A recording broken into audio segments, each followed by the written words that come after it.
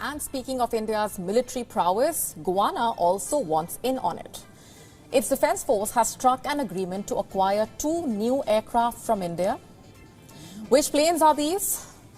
2 Dornier 228. Let me tell you more about them first. Dornier 228 is a highly versatile multi-mission patrol aircraft. It is manufactured by Hindustan Aeronautics Limited for the Indian Coast Guard. It is lightweight and fuel efficient, with a wide range of operating speeds.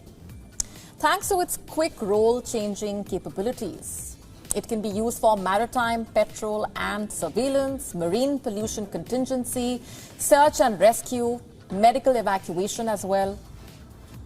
Now, these planes are also ideal for short takeoff and landing. This makes them well suited for Guyana's terrain. The Guyana Defense Force would use them for maritime patrols, resupplying military bases and troop movement to interior locations.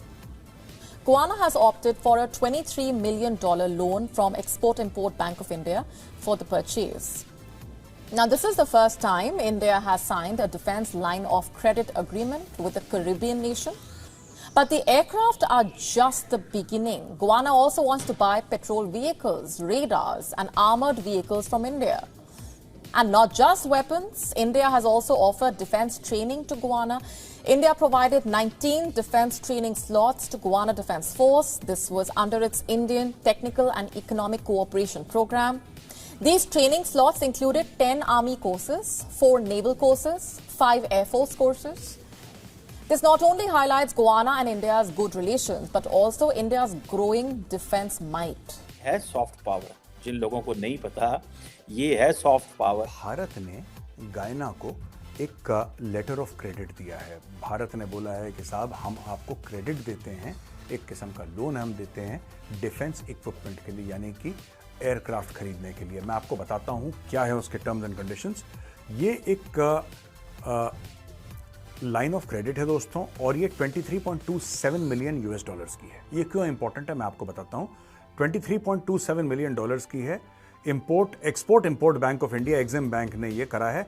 2 aircraft देंगे ये Guyana defence force को। जाहिर सी बात है, ये जो 2 aircraft होंगे, मुझे ऐसा लगता है कि ये ट्रांसपोर्ट टाइप के एयरक्राफ्ट होंगे। They will not be fighter aircraft और एनीथिंग लाइक दैट। मुझे पता नहीं, इसमें डिटेल्स आई नहीं है इतनी सारी, लेकिन जो agreement signifies India's continuous commitment to bolstering GDF capabilities.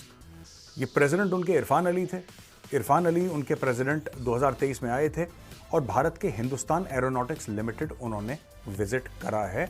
इसके बारे में मैं आपको बताऊंगा, डील में क्या क्या हुआ, कौन कौन थे वहां पे, कौन कौन बैठे हुए थे, उनके बीच में बातचीत क्या हुई है, और देश विदेश की खबरें।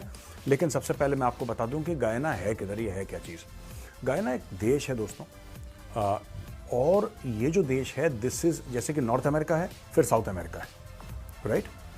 साउथ अमेरिका आप जानते हैं, जहाँ पे वेनेजुएला, ये बिल्कुल वेनेजुएला के, अगर आप ऐसे चले जाएंगे वेनेजुएला के नीचे, वहाँ पे गयाना है। और गयाना उस एरिया के आसपास है जहाँ पे वेस्ट इंडीज़, आपने ना जहाँ very famous cricket team, Guyana वाले भी क्रिकेट बहुत खेलते हैं, they also love to play cricket.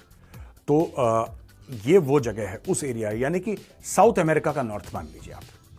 अब आप ये बोलेंगे साहब, साउथ अमेरिका के नॉर्थ में भारत क्यों एंगेज कर रहा है, भारत के क्या स्ट्रेटेजिक एम्स हो सकते हैं?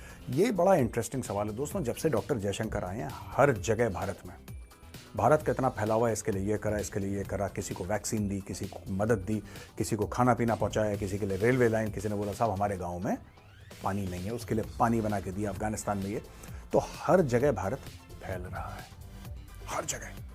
और मैंने कभी सोचा नहीं था आज से 10 साल पहले, बाय गॉड दोस्तों, जब मैं, क्योंकि मुझे तो जियोपॉलिटिक्स में इंटरेस्ट रहा है और मैं इसका बड़ा कीन स्टूडेंट रहा हूँ, जियोपॉलिटिक्स का और फॉरेन अफेयर्स, नेशनल सिक्योरिटी का।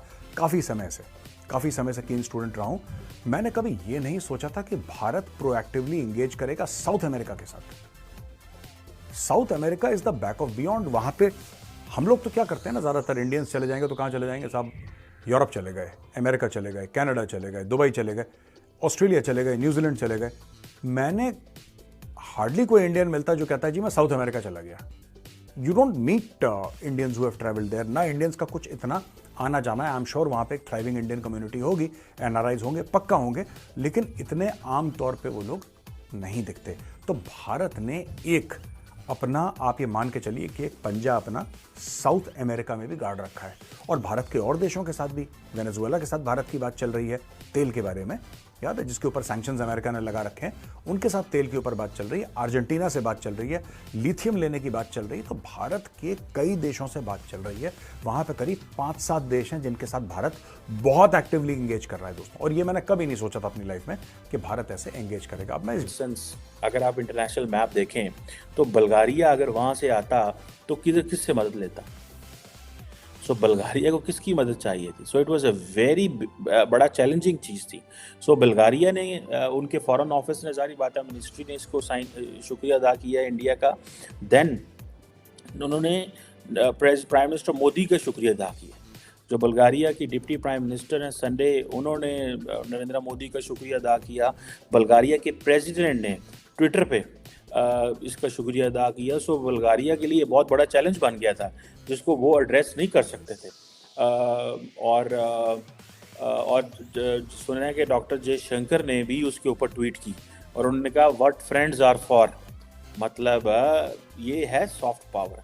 जिन लोगों को नहीं पता, ये है सॉफ्ट पावर। अगर आप जो उनकी ट्विटर हैंडल पे जाएंगे, जो डॉक्टर जयशंकर का है, जयशंकर आपको पता है बड़े सीजन किस्म के, बड़े तगड़े किस्म के डिप्लोमेट हैं। इस खित्ते में मैं नहीं समझता कि इतना मंजे हुए कोई डिप्लोमेट हो जितना मंजे हुए